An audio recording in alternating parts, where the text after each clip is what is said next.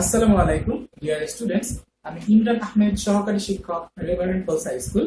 আজকে এই সেশনের আরো একটি ক্লাস নেওয়ার জন্য তোমাদের সামনে হাজির হলাম। আমার আজকের ক্লাসের বিষয়বস্তু হচ্ছে অষ্টম অধ্যায় আলোর প্রতিফলন। তো এই অধ্যায়ে আজকের ক্লাসে থাকছে আলো কি, আলো কিভাবে কাজ করে, আলোর বিভিন্ন বর্ণ, এই ব্যাপারটা। আর থাকছে সমতল দর্পণে আলোর প্রতিফলন। এই দুটো জিনিস নিয়ে আমি আজকে মূলত আলোচনা করবো। তো প্রথমেই শুরু করা যায়, আসলে আলো কি। আমরা বলতে পারি আলো এক প্রকার শক্তি। তো বিভিন্ন রকমের আলো যে মানে শক্তি বিভিন্ন রকমের কাজ করে, ঠিক সেই একইভাবে আলো কি কাজ করে। আলোর কাজ হচ্ছে, আলো প্রথমে কোনো একটা বস্তুর উপরে পতিত হবে, তারপর সেই বস্তু থেকে প্রতিফলিত হয়ে আমাদের চোখে আসবে। চোখের রেটিনার মধ্যে দিয়ে যখন বস্তু ওই আলোকীয় অনুভূতি আমাদের মস্তিষ্কে পৌঁছাবে, তখন আমরা এই বস্তুটাকে মূলত দেখতে পারবো। অর্থাৎ আলোর কাজ হচ্ছে দর্শন অনুভূতি তৈরি করা। তাহলে আলোর কাজ হচ্ছে কি, দর্শনানুভূতি তৈরি করা। ওকে, তোমরা যখন অন্ধকারের মধ্যে থাকবে তখন দেখবে কোনো কিছু দেখতে পাচ্ছ না, কারণ কি, দর্শনের কোনো অনুভূতি তখন তৈরি হয় না, কারণ আলো তখন থাকে না। আলোর অনুপস্থিতিতে আমরা কোনো সময় দেখতে পারবো না। তাহলে আমরা যে প্রত্যেকটা বস্তু দেখতে পারি বিভিন্ন সময়, বা বলে কি আলোকীয় অবস্থায় আমরা যে বস্তুগুলো দেখি, এটা কি করে সম্ভব হয়, আমরা কিভাবে দেখি, ওই বস্তুগুলো থেকে কি আলো আমাদের চোখে আসে, বা ওই বস্তু থেকে আলো নির্গত হয় সেই আলো চোখে আসে, এরকম কি? আসলে ব্যাপারটা কিন্তু ওরকম না। সবসময় সোর্স অফ লাইটের প্রয়োজন রয়েছে। একটা আলোকীয় বস্তু বা আলোক উৎস না থাকলে আমরা কখনো কোনো বস্তু দেখতে পারতাম না। দেখো, ঘরে জলে কিন্তু লাইট, আর সেই লাইটের জন্যই আমরা ঘরের টেবিল, চেয়ার, খাতাপত্র, অন্যান্য যে জিনিসগুলো আছে সেইগুলো দেখি। তাহলে ব্যাপারটা কেমন ঘটে, আমি সূর্য দিয়ে বলতে চাই। ধরো এখানে কোনো একটা মানুষের চোখ রয়েছে, এমন করে চোখ, এটা একটা চোখ আঁকলাম, এই হচ্ছে আমাদের সূর্য। আর এইখানে আমি দিলাম একটা গাছ। এবার দেখো, আমি একটা বস্তু দেখতে গেলে আমার যে কাজটা হবে, নর্মাল কাজটা, সেটা হচ্ছে এমন, আলো এখান থেকে প্রথমে গাছের উপরে পতিত হবে, গাছের থেকে আলো আমাদের চোখে আসবে, আর সেই আলো আমাদের চোখে প্রবেশ করলে আমরা কেবলমাত্র এই বস্তুটাকে দেখতে পারবো। ওকে, এই হচ্ছে আলো। আর আলো মানে সাহায্যে আমরা কিভাবে একটা বস্তু দেখতে পারি সেই ব্যাপারটা। এবার আমরা দেখবো যে দৃশ্যমান আলো আসলে কি। দেখো, তোমরা জানো শব্দ শক্তি হোক বা আলোক শক্তি হোক, এটা হচ্ছে তড়িৎ চুম্বকীয় তরঙ্গ। কেমন তরঙ্গ? তড়িৎ চৌম্বকীয় তরঙ্গ। হ্যাঁ, আসলে শুনতে একটু কেমন কেমন লাগলেও এটাই কিন্তু বাস্তব। শব্দ ও যা, আলো ও তাই। শব্দ ও যা, আলো ও তা, X ray, alpha, beta, gamma, যাই বলি না কেন, সবাই কিন্তু এক। শুধু তফাৎ কিসে? তফাৎ হচ্ছে যেহেতু এটা একটা তরঙ্গ, তড়িৎ চৌম্বক তরঙ্গ হোক যাই হোক, যেহেতু এটা একটা তরঙ্গ, আমরা এর আগের অধ্যায়ে দেখেছি তরঙ্গ থাকলে তার একটা তরঙ্গ দৈর্ঘ্য থাকে। আমরা ল্যাম্ডা দিয়ে প্রকাশ করতাম এই তরঙ্গ দৈর্ঘ্যটাকে। শুধুমাত্র পার্থক্য হচ্ছে তরঙ্গ দৈর্ঘ্যে। অর্থাৎ তরঙ্গ দৈর্ঘ্য যদি বেশি হয়, বড় হয় আস্তে আস্তে, তাহলে সেই জিনিস অনেকটি স্থূল হয়ে যায়। ক্ষুদ্রতম তরঙ্গ দৈর্ঘ্য যাদের রয়েছে তারা আমরা আসলে দেখতেই পারি না।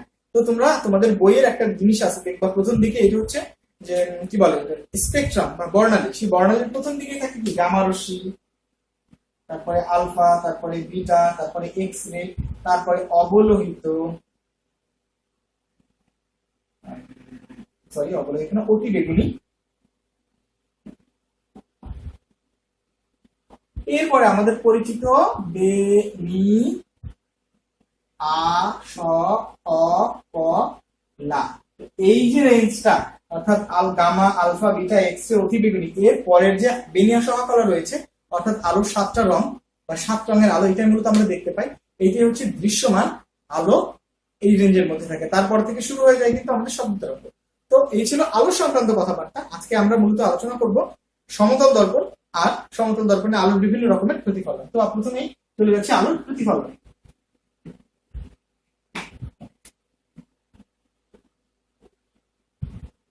আলোর প্রতিফলন, আলোর প্রতিফলন মূলত দুই প্রকার। একটাকে বলা হয় নিয়মিত বা সুষম প্রতিফলন, আর অন্যটা অনিয়মিত বা ব্যপ্ত প্রতিফলন। ফলন। আচ্ছা, এখন কোনটায় কি হয় আমরা একটু দেখি। নিয়মিত প্রতিফলন হচ্ছে যখন আপতন কোণ প্রতিসরণ কোণ পরস্পর সমান হয়, অর্থাৎ যখন প্রতিফলনের পর কোন একটা পৃষ্ঠে আলোকরশ্মি প্রতিফলনের পর একটা পরিপূর্ণ বিম্ব তৈরি করে, তখন তাকে বলা হয় নিয়মিত বা সুষম প্রতিফলন। আর অনিয়মিত বা ব্যাপ্ত প্রতিফলন কেমন? অনিয়মিত বা ব্যাপ্ত প্রতিফলন হচ্ছে যেখানে কোন রকম সুষম প্রতিফলন হবে না বা কোনো বিম্ব গঠিত হবে না। অ্যাজ এন এক্সাম্পল, তোমরা যদি মিররের সামনে দাঁড়াও বা দর্পণের সামনে দাঁড়াও, তোমরা কিন্তু নিজেদের প্রতিবিম্ব দেখতে পাবে। এর কারণ হচ্ছে কি, ওই দর্পণের মধ্যে আলোর একটা সুষম প্রতিফলন ঘটে বা নিয়মিত প্রতিফলন ঘটে। এই কারণেই মূলত আমরা নিজেদের ছবি বলি বা চেহারা বলি আয়নায় দেখতে পারি। কিন্তু তুমি যদি একটা দেয়ালের অপোজিটে দাঁড়াও বা এই যে হোয়াইট বোর্ড রয়েছে এর অপোজিটে দাঁড়াও বা একটা ব্ল্যাক বোর্ডের অপোজিটে দাঁড়াও, তোমরা কিন্তু নিজেদের কোনো প্রতিফলন দেখতে পারবে না। কারণ কি, ওর যে সার্ফেসটা রয়েছে, সার্ফেসটা হচ্ছে এবড়ো-থেবড়ো। আর এই এবড়ো-থেবড়ো সার্ফেসের কারণে আলোর নিয়মিত প্রতিফলন ঘটে না। আলো কোনো রকম ওটা কি বলে, প্রতিবিম্ব তৈরি করে না, মিরর তৈরি করে না। এই কারণে কিন্তু আমরা দেখতে পারি না। তো এই ছিল নিয়মিত প্রতিফলন ও অনিয়মিত প্রতিফলন। আমাদের আলোচনার মূল বিষয়বস্তু আমরা চলে যাবো নিয়মিত প্রতিফলন বা সুষম প্রতিফলনে। দেখো, নিয়মিত প্রতিফলন বা সুষম প্রতিফলন মূলত যে জায়গাটায় ঘটে তাকে আমরা দর্পণ বলবো। আমরা তাকে বলবো দর্পণ। দর্পণ কি? যে প্রতিফলক পৃষ্ঠে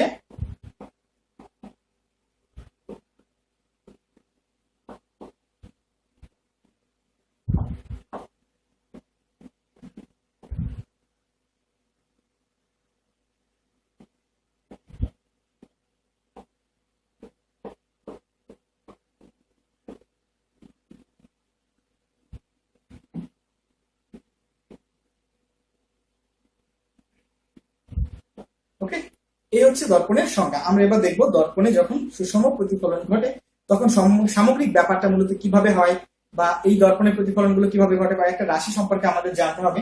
আমরা সেই দিকে আস্তে আস্তে এখন আগাই। প্রথমে আমরা দেখবো বেশ কয়েকটা রাশি, নাম লিখে নিন। যেমন আপতিত রাশি,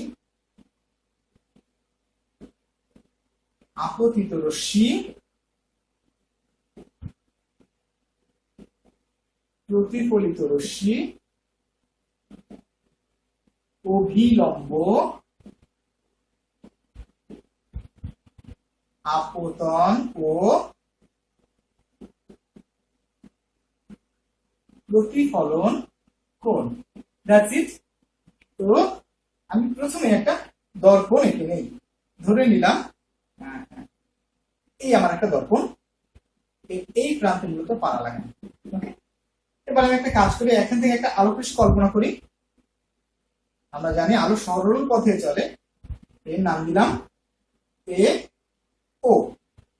অর্থাৎ এ ও পথে আলোকরশ্মি আপতিত হয়, আর যে বিন্দুতে আপতিত হয় সেই বিন্দুতে আমি আমার লম্ব টেনে নেব, এর নাম দিলাম ও এম। এবার প্রিয় শিক্ষার্থীরা একটু খেয়াল করো, দেখো আলোকরশ্মি আসছে কোন পথে? আলোকরশ্মি মূলত এ ও পথে আপতিত হলো। তো এ ও হচ্ছে আমার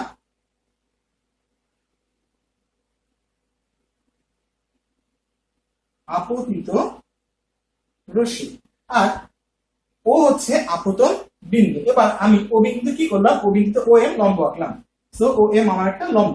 তো আপতন বিন্দু বলি বা প্রতিফলন বিন্দু বলি, এই বিন্দুতে অঙ্কিত লম্বকে বলা হয় অভিলম্ব। ওকে, দ্যাটস ইট। অভিলম্ব পেয়ে গেছি। এবার আপতিত রশ্মি ও অভিলম্বের মধ্যবর্তী একটা কোণ আসছে, এই কোণটার নাম হচ্ছে আই। ওকে, আর এই আই হচ্ছে কোণ আই, আই কোণ। এটা হচ্ছে আপতন কোণ।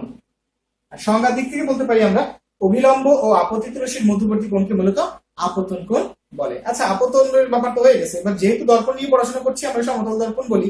যেহেতু দর্পণ, তাহলে আলো তো প্রতিফলিত হবে। প্রতিফলিত কোন দিকে যাবে? আমি ধরুন এখান থেকে প্রতিফলিত এইদিকে চলে গেল,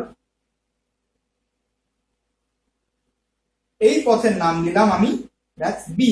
সো ও বি, এই একটা রশ্মি কিন্তু আমরা পেয়ে গেছি, নাম হচ্ছে ও বি। এ ও পথে আপতিত হচ্ছিল এবং ও বি পথে প্রতিফলিত হয়ে চলে গেল, তাহলে এর নাম হচ্ছে প্রতিফলিত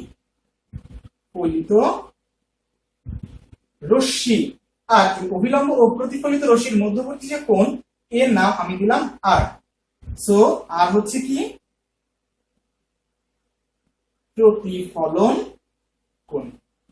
তো প্রিয় শিক্ষার্থীরা, এই হচ্ছে মোটামুটি ভাবে সমতল দর্পণে আলোর বিভিন্ন রকমের ঘটনা বা নিয়মিত বা অনিয়মিত প্রতিফলন বোঝার জন্য যে ব্যাপারটা লাগে, এটা হচ্ছে সেই ব্যাপারটা। তোমরা এখন আবার আমি বলছি, এ ও হচ্ছে আপতিত রশ্মি, ও এম হচ্ছে অভিলম্ব, অভিলম্ব আর আপতিত রশ্মির মধ্যবর্তী যে কোণ তার নাম হচ্ছে আপতন কোণ। আবার অভিলম্ব ও প্রতিসারিত রশ্মির মধ্যবর্তী কোণের নাম হচ্ছে প্রতিফলন কোণ। আর এই রাশির নাম হচ্ছে প্রতিফলিত রশ্মি। তো এই হচ্ছে আমার মোটামুটি ব্যাপার। এবার আমরা একটু চিত্রের সাহায্যে দেখবো কি বলো এটাকে, যে নিয়মিত প্রতিফলন আর অনিয়মিত প্রতিফলনটা মূলত কেমন। আমি একই সাথে দুটো চিত্র আঁকছি, খেয়াল করে দেখো। এই ধরলাম একটা রশ্মি আপতিত হলো, বিলম্ব টানলাম, প্রতিফলিত হয়ে চলে গেল। এটা হচ্ছে আই, এটা হচ্ছে আর। আবার আমি এইখানে একটু করে আঁকা উচিত, আসলে এরকম করে একটা পৃষ্ঠ আঁকলাম, এই আপতিত হলো, কিন্তু এই যাওয়ার কথা ছিল কিন্তু একটা সমান কোণ করে এদিকে, এই বিন্দুতে আমি অবিলম্ব টানলাম, কিন্তু দেখা গেল যে উল্টো দিকে চলে গেছে।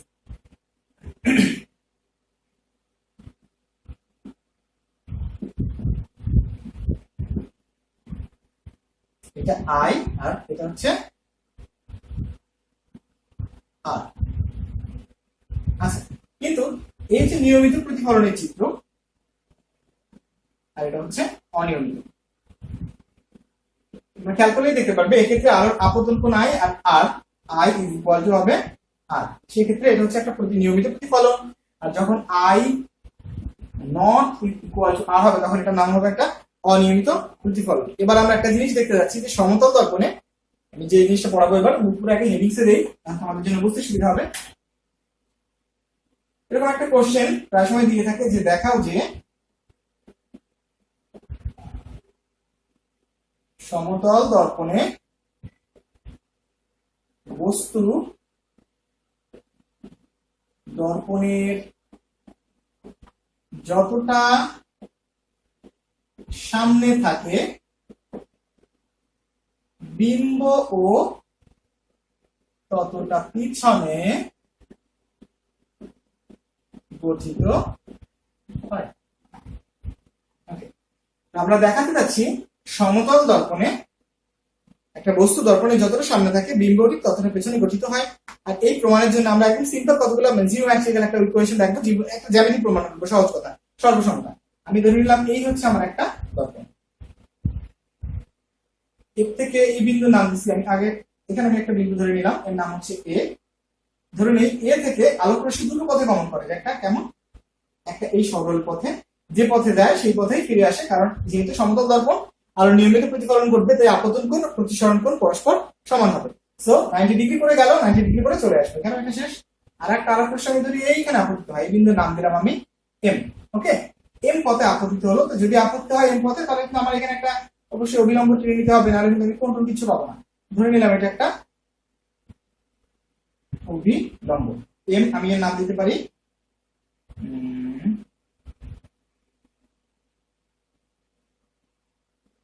এম। ওকে, আচ্ছা, আলোক রশ্মি এ এম পথে আপতিত হয়, আবার এম বি পথে প্রতিফলিত হয়। তাহলে দেখো এই যে কোণ এটা হচ্ছে আই বা আপতন কোণ, আর এই যে কোণ এটা হচ্ছে আর বা প্রতিফলন কোণ। ওকে, দ্যাটস ইট, এই হচ্ছে প্রতিফলনের ঘটনা কিন্তু শেষ।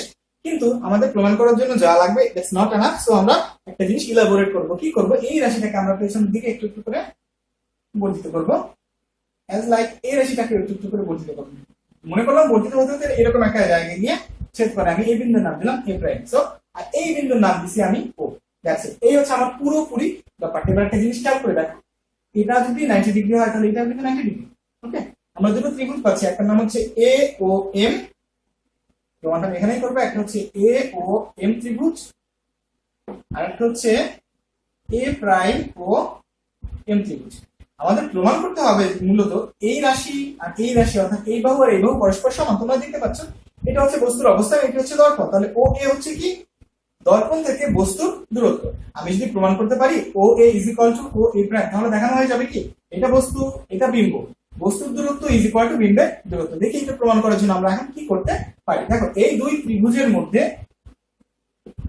এ O M is equal to A prime O M, এই কোণ দুটো পরস্পর সমান, কারণ এটাও এক সমকোণ এটাও এক সমকোণ। আচ্ছা, সো ফাইন। আবার O M is equal to O M, O M O M, কারণ কি এটা হচ্ছে দুই সমীকরণই দুইটা ত্রিভুজেরই একটা সাধারণ বাহু, তাই এরা পরস্পর সমান। এবং দেখো একটা সমকোণী ত্রিভুজের একটা বাহু আর একটা কোণ তো অলরেডি সমান হয়ে গেছে, তাহলে ত্রিভুজটা কেমন হবে, ত্রিভুজটা হবে সর্বসম। সর্বসমের জন্য আমি লিখতে পারি ত্রিভুজ এ ও এম সর্বসম ত্রিভুজ এ প্রাইম ও এম। আচ্ছা, সর্বসম যখন হয় তখন কিন্তু প্রত্যেকটা বাহু সমান হয়, অর্থাৎ এই বাহু সমান, এই বাহু সমান, এই বাহু তো অলরেডি সমান। তো আমি লিখতে পারি এর পরবর্তী লাইনে O A O A is equal to O A prime, অর্থাৎ বস্তুর দূরত্ব is equal two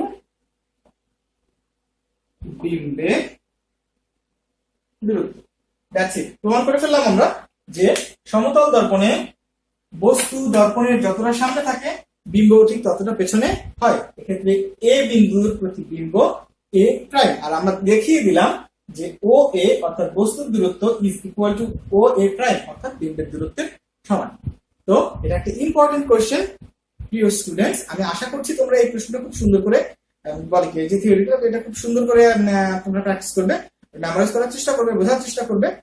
R next ক্লাসে অবশ্যই এই ক্লাসের এই চ্যাপ্টারের জন্য ব্যাপারগুলো রয়েছে, অর্থাৎ গলীয় দর্পণে বিম্ব গঠন, গলীয় দর্পণের বিভিন্ন অবস্থানে। সমতল দর্পণ অপেক্ষাকৃত সহজ, গলীয় দর্পণ অপেক্ষাকৃত কঠিন এই অধ্যায়ে। তাই প্রথম ক্লাসটা আমি এই অধ্যায়ের সমতল দর্পণের উপরে করলাম, পরবর্তী ক্লাসটা আসছে গলীয় দর্পণের উপরে। আশা করছি ততদিন তোমরা ভালো থাকবে, সুস্থ থাকবে। সর্বোপরি যে ক্লাসগুলো এখন পর্যন্ত পদার্থবিজ্ঞানে দেওয়া হয়েছে সেই ক্লাসগুলো রেগুলার দেখবে এবং এই ক্লাসের আলোচনার বিষয়বস্তুগুলো নিজেরা প্র্যাকটিস করবে। আশা করি তাহলে তোমরা সফল হতে পারবে। তো ভালো থাকবে, ধন্যবাদ।